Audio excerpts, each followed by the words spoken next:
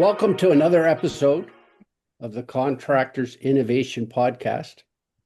We look forward to this guest, and his technical expertise in terms of heat exchangers is unparalleled. Andriy Kumanov is our guest today, and we have our host. And go ahead. Why don't you introduce yourself as the host, Dante? Oh, I guess, Yeah. okay. My name is Dante. I'm going to be, I guess, co-hosting this episode. If I have any questions that come to my mind, I'll ask them. But for the meantime, I'm just here to listen and learn. Um, yeah. Hope you guys enjoy the episode. So Dante's our producer, does a Yeah. pretty good job. We're doing about one a week of the Contractors Innovation Podcast, and they're getting interesting as the guests like hmm Andriy add a lot of value. Now, Andriy, why don't you give your Coles Notes version of how you got here today and what you do for a real job and um, Yeah, sounds good. Well, working with you is partially the real job, largely as an interesting one, more on the more interesting end of things out of what I do. But yeah, so thank you for having me, Dante. Thank you for that intro, Martin. My name is Andre. Um, so I did mechanical engineering, and then I've been working on the R&D side of refrigeration for about 7, 8 years before moving into nuclear to um, move a little bit away from equipment manufacturing and thermodynamic optimization, moving towards providing solutions for slightly bigger kind of projects and integrating things. And around the same time, I kind of met Martin, and he was working on very interesting things with the ground heat exchangers and civil drilling and just ground consolidation. And it was a great match for me to be able to provide a little bit more of that mechanical expertise and help Martin take his solutions to a higher level so that we could have better solutions for the environment, for people, and of course, earth honoring systems, as Martin puts it. So happy to be here. so Andriy, do you have a master's in mechanical, or you just have not just, but you're mechanical engineer? Yeah, so I mean, there are profs that definitely would have liked me to continue that, but I did have to go straight into industry. So I don't have that quite yet, but my first 4 or 5 years working at kind of managing the R&D lab at HAPCO, which is a commercial refrigeration company. It was a very much what I would have done if I were to continue with a master's, except I was also able to support my family better while doing it. So still not enough, but better than if I were to pursue that master's. So yeah, I am a PN since 2020, and yeah, working towards potentially coming back to academia. But I think um, from a impact point of view, there's nothing like the private sector because you're really forced to be competitive and innovative, and a lot of the true innovation happens here. So it'll definitely be a decision if I do that with some thought, because I think working with you and with companies and with people in the real world, it's a little bit higher stakes and sometimes often yields better innovation, in my opinion. So Andriy is a heat exchange expert, and in particular, he's the lead on the FeBTU cell, which is a unique geothermal. And essentially, Andriy's going to talk about some of the advantages of the geothermal, and we are selling our patents in Canada and the U.S. I decided to combine the U.S. with Canada, by the way, Andrea, Yeah, yeah. and that it's part and parcel of the one large contractor who has 5 offices in Canada. Hmm. Um, we just did Mateo, and what's unique about our geothermal is it's clean. And what do you like about it, Andre? What did I you? mean, the clean part is definitely true.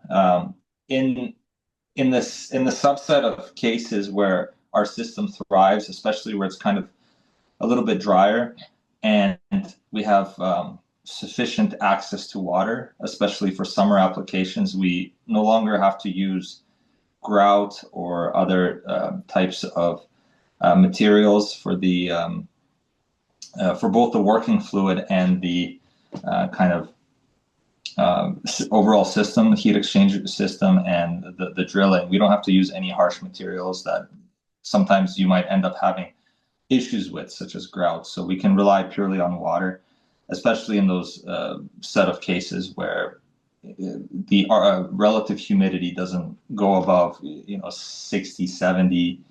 Even 60, 70 is okay, but a little bit higher than that, it's some of the advantages go away, as far such as the evaporative cooling benefit and no long-term thermal reservoir, kind of long-term reductions in efficiency that you typically see with these types of systems.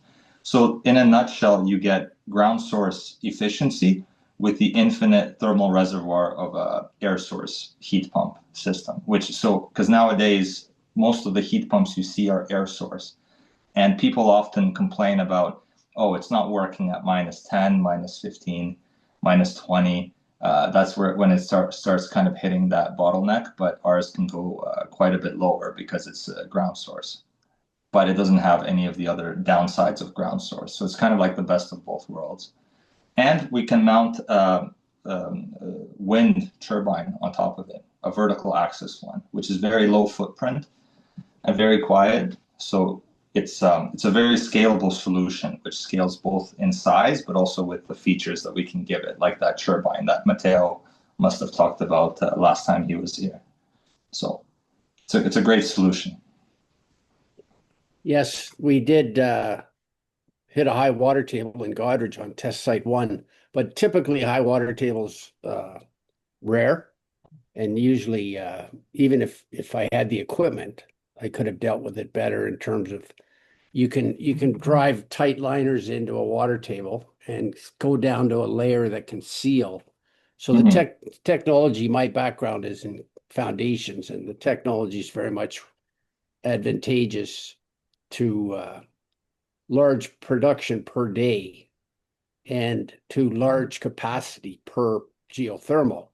I think a geothermal COP, coefficient of performance, return on energy is typically, Andriy can comment a little further, but 2.5. And we through the math, maybe take it from here, Andriy, we're pretty well 5, and we're independent of freezing, from what I understand. Yeah. That's we're definitely, like, a conservative way to state that would be maybe going from 3 to like a 4 to a 5. That's what we're achieving with our solution, and we don't have a lot of the downsides that typical systems do, like the whole thermal reservoir ground battery situation. We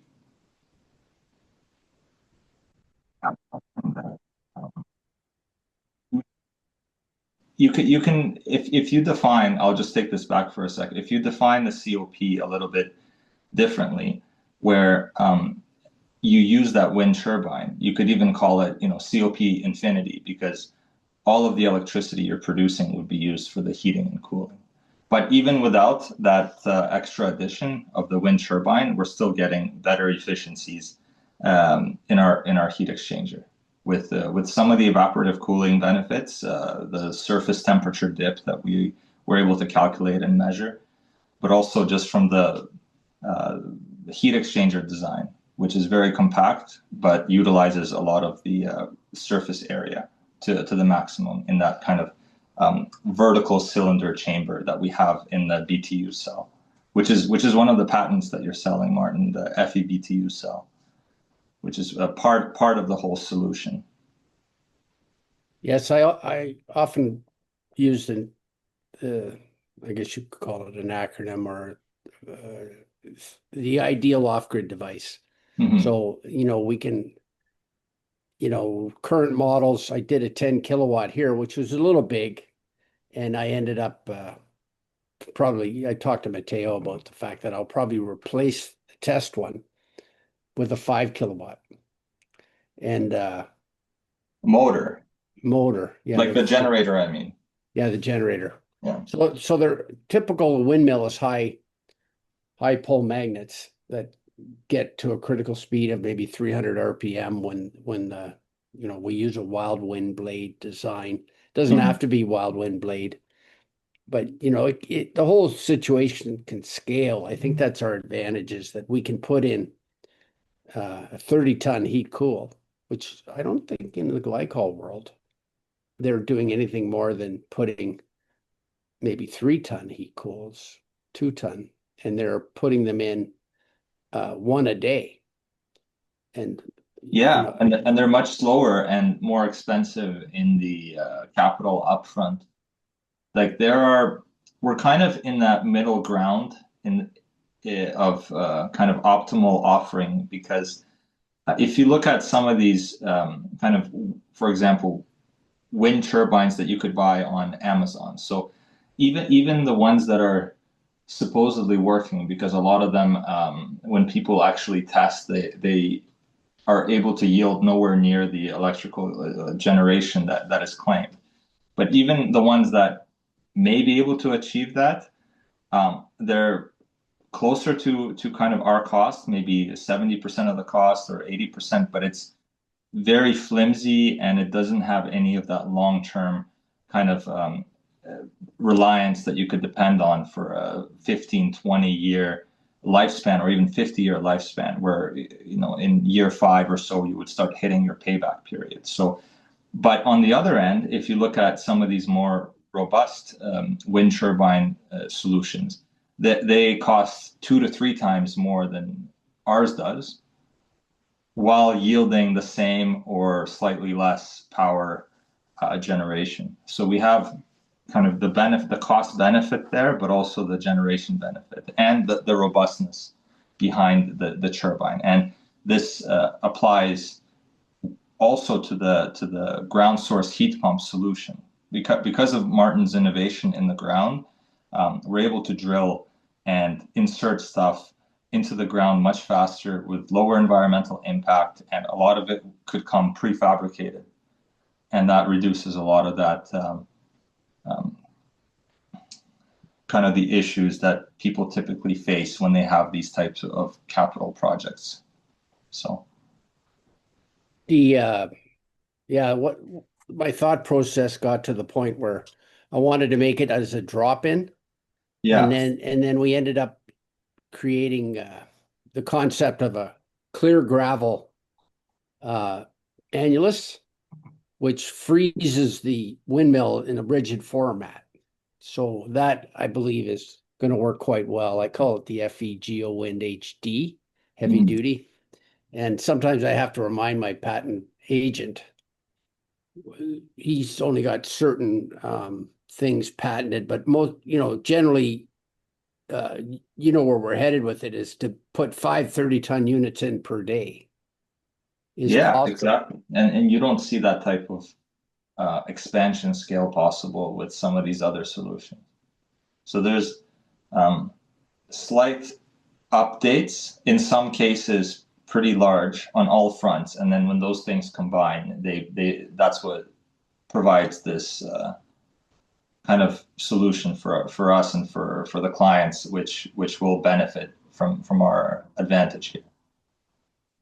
So you're on your phone, Andriy. Are you able to show any part of that memo? You did that one memo, and I had a computer going, which just this morning it's stuck in a loop. It's a 10-year-old computer, so I was kind of feeling that it was going to get to this point, but it's looping, blue screen looping. I have to figure this out today. But what I could do, Martin, I could forward you that memo. Are you able to do a share screen on your end? Can you send it to Dante? Yeah. I'm on a laptop right now. That's not mine, so I can't be I don't like the other computer I have here. I don't have Zoom on there. That's why. But I'm gonna send this to Dante, and then we can talk a little bit more about it. Sure. Let me give me 1 second. Let me plug in my monitor.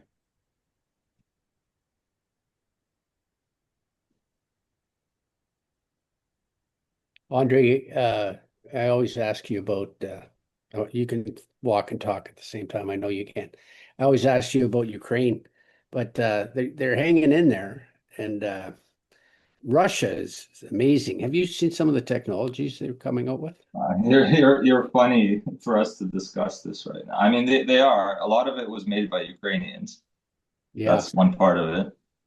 So more than half of Russia's technology was made by Ukrainians. But I mean, we can discuss that offline.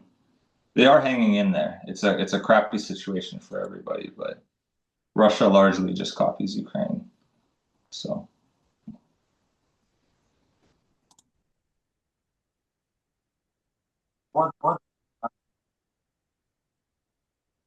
what are your thoughts, Martin? On Oh, on that. I really like the technologies that Russia's coming out with. Well, The again, ex it's well, Russia or Ukraine or Eastern Europe Eastern Europe. before the unnecessary conflict. That's right.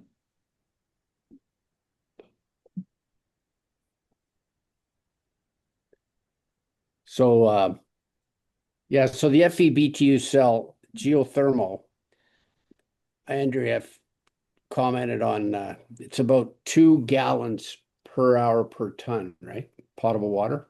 Yeah, two kilo.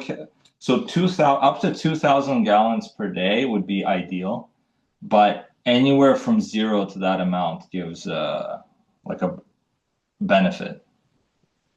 So even without this water, we have that benefit in the sense that we match or exceed like um, typical ground source heat pump solutions.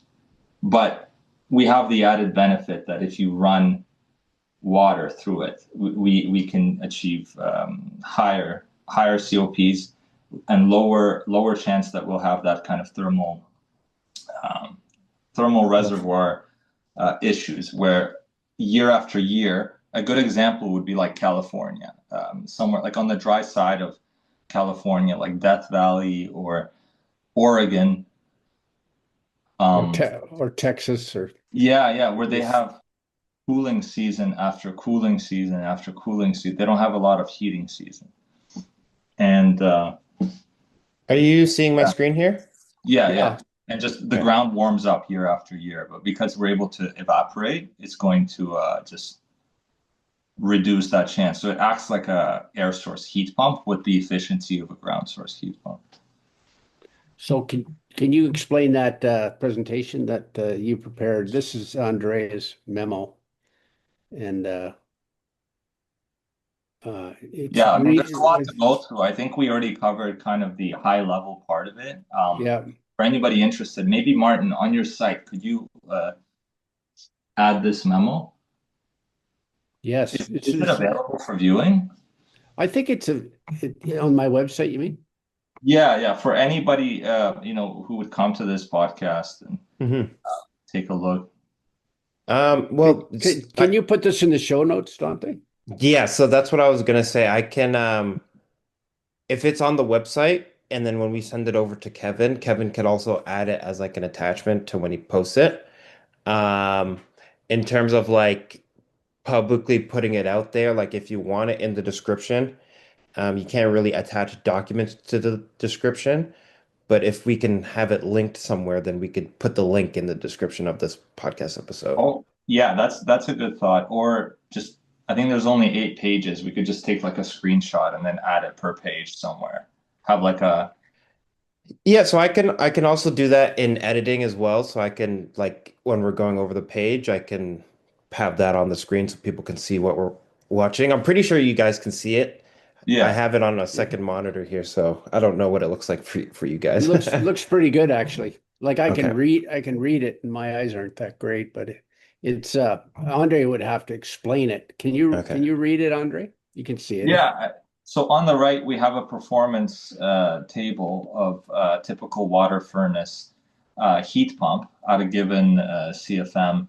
But you could also see that on the left side, there's the column entering water temperature varies. So as you go lower, your EER, which is the rightmost column, it goes up. Now, EER is closely linked to COP. I think it's off by about 3.4 or 3.4 something. It has to do with the conversion between BTU per hour to kilowatt, because COP is in kilowatt. So, but EER, like visually looking at it, unless you're like somebody in the industry, it doesn't really mean much. But COP means something for anybody, because it's a number like that COP that you discussed, where it's like 3 to 5 or going from 3 to 5. What it is how much heat you're moving divided by how much electrical input you're actually putting in. So that's why something like a heat pump is a much better way to heat your house, because for every 1 kilowatt of electricity put in, you're moving 4 kilowatt of heat. And that's the same for air conditioning as well. It's just heating is the exact same thing. It's just you're reversing the cycle basically in the case of a heat pump. So anyway, the COP, we have a COP gain when we go colder entering water temperature. And because of that benefit that we have of the evaporative cooling, we can much more likely achieve the lower entering water temperature situation, because more of it would be kind of reduced in terms of temperature because of the surface evaporative effect. Which comes from the clear gravel being an evaporative medium, I guess you would call it, Andriy. Yeah, and the water recycling, water comeback, because we have makeup water as well. But because the water is evaporating on the outside, like there's a little bit of water that pours out on the concrete and it's evaporating on the outside, that achieves a coldening of the steel itself. And that transfers to the inside water, which is the closed loop part, which then comes back as entering water temperature. So there's that benefit. And then there's the benefit of the ground itself not warming up over many years, as in the case of California or Texas, or where you have an uneven cooling season after cooling season after cooling season. So Yeah. that's I described this page, and then I think I described a different page as well. But we can scroll further, but that's probably the best page to look at, to be honest, because everything else, it's more kind of in detail words and math behind some of this, and kind of thermal conductivity physics and thermodynamics. So for anybody interested, of course, if there's any comments from anybody, I'd be happy to address, and then maybe eventually I'll do like a memo rev up just for clarity's sake, and then by then I think we'll have more test data as well from your site, Martin. Yeah, and the sites that are coming in the future for sure. Exactly. Yeah. Then the ones that are coming in the future, potentially at that really fast scaling rate that you described, right? Like drop in 1 per day almost. Yeah, well, you could do 5 per day drop-ins, 30 ton, based on this. Keep in mind, we're not really using concrete on these models now. I did the concrete annulus before, and then I ended up realizing that steel with a clear stone encapsulation makes the whole thing available for evaporative cooling, right? Yeah. Exactly. Versus concrete, which it doesn't really need concrete, because you can hold the FeBTU cell HD, the FeGeo wind, with its vibration. You can hold it to very acceptable, because stone is interesting. I was working on a patent with Neil in the last 24 hours, and actually by coincidence, and he's figured out that that it's a pretty good one, and he thinks we can go to a green status. So the green patent, which was a Trudeau program, if you pay for it, you can get prioritized for review, because it takes a while to review inventions. There's backed up patent office, but if you do the green application, you can get it sooner. So Yeah. that one that's called an FECM pile, combined modulus pile, and it would be the first pile that can take end bearing, mobilized end bearing, but also mobilized shaft friction. So it's an adhesion pile, Interesting. and the gravel's at the bottom. And then I'll Well, I try to keep my websites up to speed. We have footprintengineering.ca, and then we also have shotcrete.ca. yeah. And So it's yeah. sorry to cut you off. If you could finish, yeah. No, that's okay. I was finished. There's Okay. two websites, and Dante, it's probably good to put those in show notes as well if it's Yep. easy. Always put the websites for further information, kind of. Yeah. Yeah. Yep. Dribble I- does a pretty good design, and then Kevin, I guess there's Kevin, and then there's well, we're looking at different avenues, but so what's your process? Do you have to go through Dribble to post one of these? Me? Yeah. So I can post it directly to YouTube, Apple, and Spotify. But to get it on the website, that's when I send it to Kevin, and then he uploads it through his channels. Okay. Yeah. So when I send the video file, like after I edit it, I'll include the website link and ask him to add that to the description and all that stuff. And I'll do the same thing when I upload it to YouTube. Nice, nice. So, I- Andriy, tell us a little bit about the nuclear business. Is clean energy? It's not very clean, is it? I mean, it's in between. The future of nuclear will be clean, but right now it's in between. It's better than, coal and a lot of that stuff. They do a pretty good job of preventing it from leaching into the environment post, waste management. But yeah, it's definitely not perfect. But down the line, especially with hopefully fusion and other types of like small modular reactors and maybe innovative solutions on reusing waste, we can get closer to that.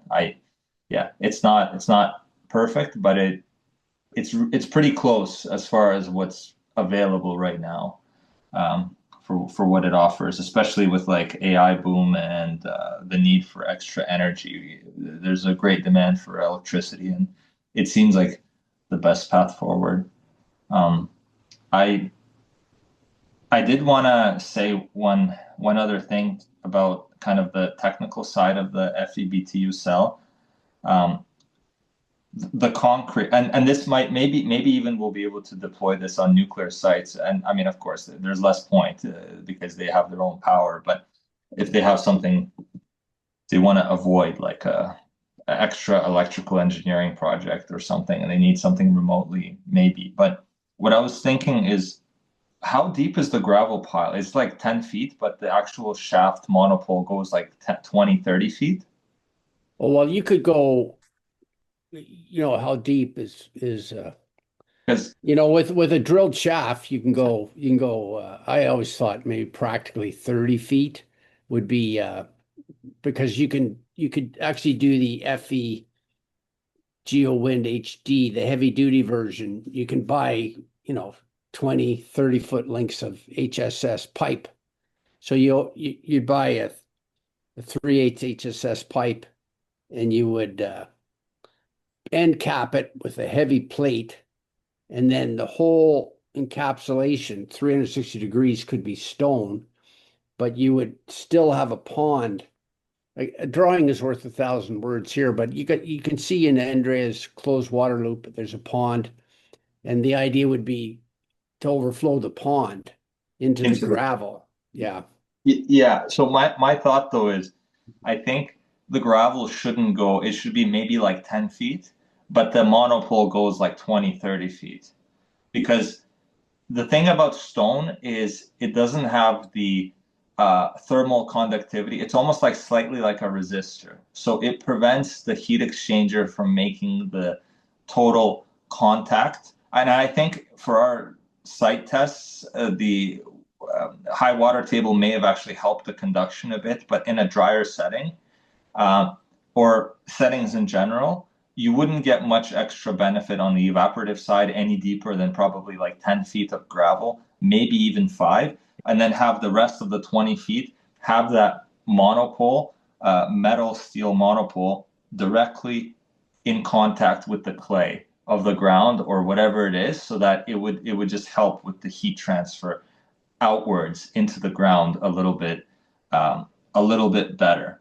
But we don't want it to be too different, because if you start making that ratio too much, where it's like, let's say 25 versus 5, I think that's probably not, maybe half and half is fine, because then you'll start running into slight increases in the thermal reservoir issue again. So there's probably some balance there that maximizes thermal conductivity without getting into the territory of, again, thermal reservoir issues. So I think there is some optimal ratio that may be worth testing, where maybe it's like 15 feet of gravel and the whole thing is 30 feet, so that you have 10 feet of pure steel to clay, or it's 10 to 20, or it's 20 to 30, something like that. Like, there is some ratio that exists there, and I just had this idea to help us take this to a further level beyond the whole pizza kind of X heat exchanger that we talked about on the actual kind of, the pass-throughs and whatever. So that's good, Andriy. We'll have to talk more about that after the podcast. So tell me more. I'm curious, trying to tap into your knowledge of nuclear. I think one of the issues is we have all these ponds of water that they have to use nuclear rods, right? And they put them in a pool.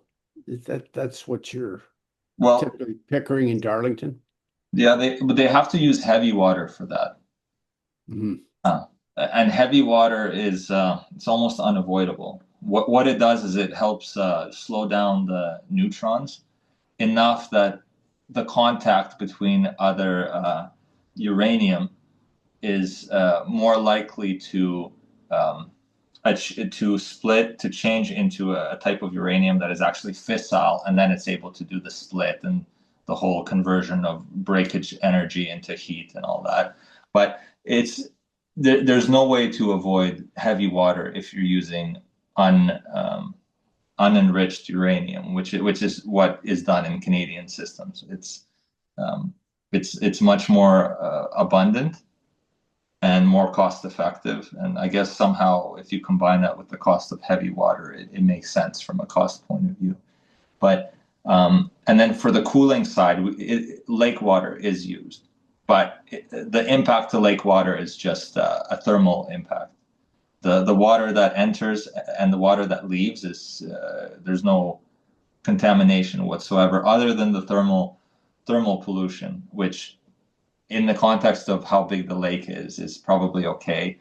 Fish seem to love that hot spot, and that's where a lot of fishermen go to catch their fish. But maybe there are some other fish that don't like it, so maybe that's an impact. But on the rod side, yeah, that's like the reactor side of things. You can't avoid heavy water, and that's very specific type of water, the deuterium dioxide. Can you share how much time we got, Dante?